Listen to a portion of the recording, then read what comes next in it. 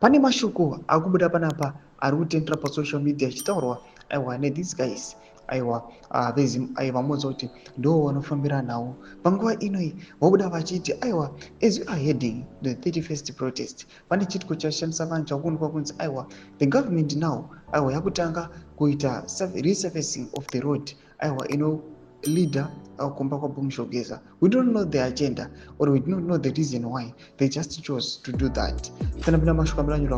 Subscribe or like on the bell icon. This is just a bulletin. This is just an update. Chakupinda panapa tukona kuti zimo aino blanjura chiti government start surfacing the road leading to Geza's home area. Panapa no shama pictures amuri kuona aiwa pachiitwa construction at the road amuri kuona pamuri kuona kune dust road uka again kune dust road and then in between pakati ndopari kutanga napo vachita surfacing aiwa at the road panapa vachiti aiwa as we are heading at the 31st of March protest takuona chinhu chakadai chichiitika zviri safe here.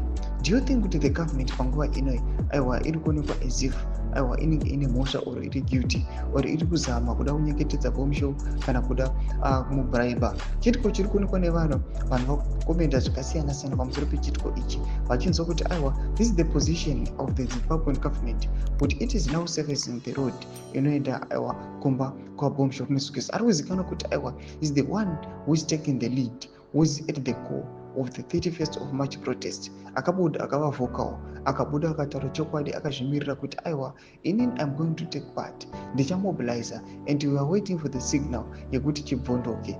Tiudze mafungiro enyu noti kudii pamusoro pechitiko ichi chashamisa vanhu. Pinai comment section medu mafungiro enyu, subscribe or like, turn on the bell icon.